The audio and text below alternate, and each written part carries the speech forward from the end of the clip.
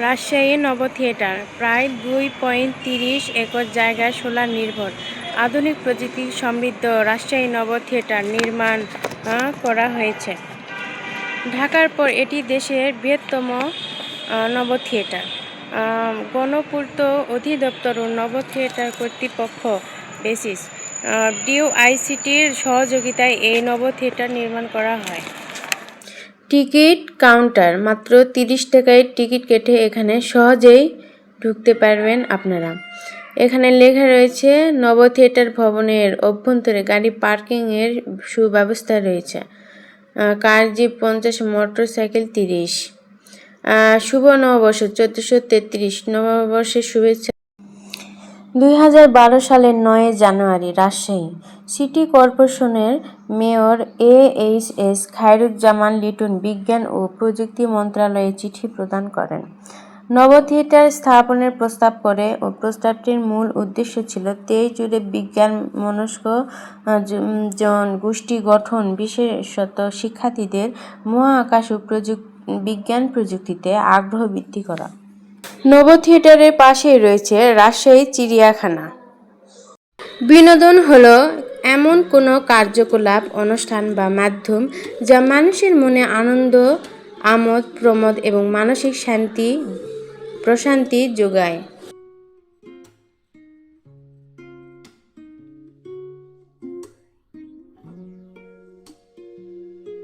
ভেতরে এসে দেখতে পেলাম বাচ্চাদের খেলার ব্যবস্থা রয়েছে। এখানে সবাই ছবি তুলছে। অনেক বড় একটি জায়গা, অনেক সুন্দর। নব থিয়েটারে শো দেখতে হলে 130 টাকা দিয়ে টিকিট কেটে উপরে চলে এসো। সামনে দেখতে পাচ্ছি একটি সিঁড়ি লিফট। এটি মূলত এখন বন্ধ আছে, আবার চালু হয়ে যাবে কিছুদিন পর।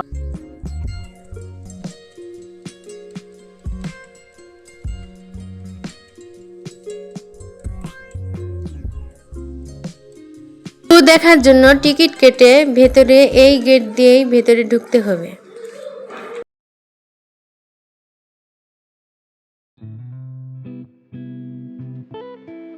চলচ্চিত্র, সঙ্গীত, খেলাধুলা, বই পড়া, আড্ডা বা ভ্রমণে বিনোদন খুঁজে পাওয়া যায়।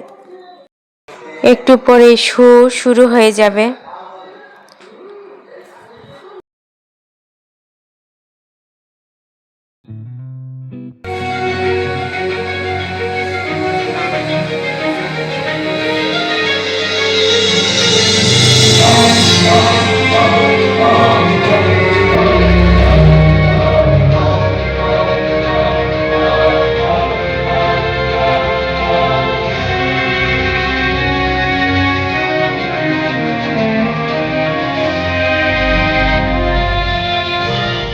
আমার মনে হচ্ছে আমি যেন এর ভেতরেই আছি।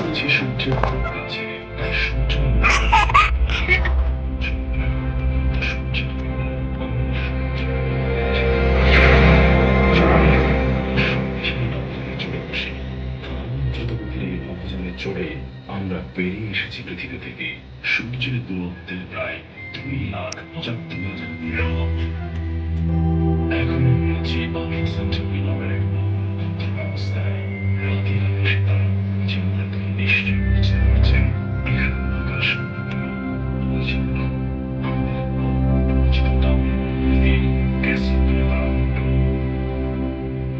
এই যে এখানে একটা বাড়তি নক্ষত্র আছে দেখতে পাচ্ছেন, এটা আমাদের সূর্য।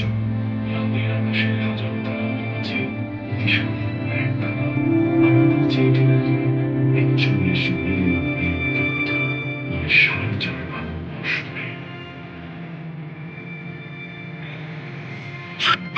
আমার যাত্রা এবারে আমরা আছি পৃথিবীর সূর্য থেকে শত সহস্র বর্ষ দূরে। দেখতে পাচ্ছি আমাদের গ্যালাক্সি মিল্কি ওয়েকে। এই গ্যালাক্সিতে রয়েছে প্রায় 2 লক্ষ মিলিয়ন তারা। আমাদের সূর্য একটি, তবে এই এত থেকে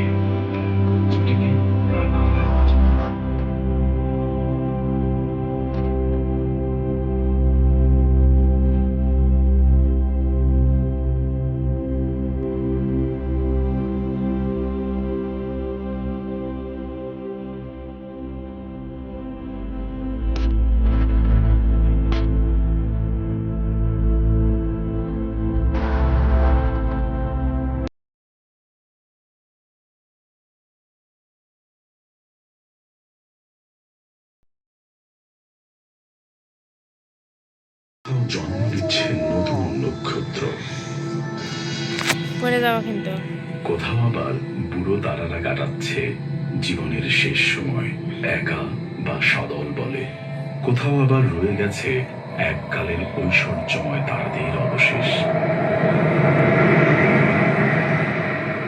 আপনি হয়তো জিজ্ঞেস করবেন, বহুদূরের এসব জিনিসের ব্যাপারে আমরা এত কিছু কিভাবে জানি?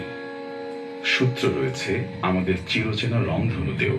বায়ুমণ্ডলের পানির ফোঁটার মধ্য দিয়ে সূর্যরশ্মি যাওয়ার সময় সৃষ্টি হয় রংধনুর। পানির ফোঁটা সাদা আলোকে ভেঙে ফেলে পড়বা না, সাত আমি রঙে। আছি।